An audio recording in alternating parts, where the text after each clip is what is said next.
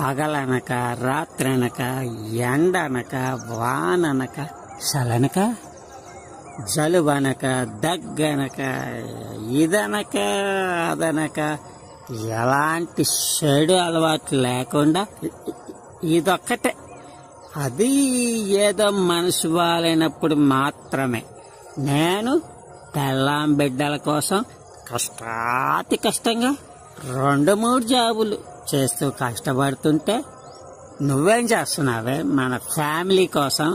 ఏం చేస్తున్నావు చెప్పా?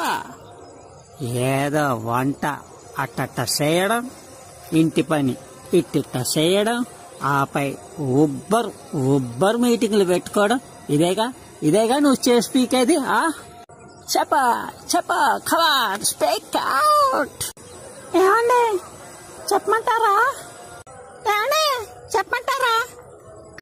చెప్పా ఏం చేసావు చెప్పా.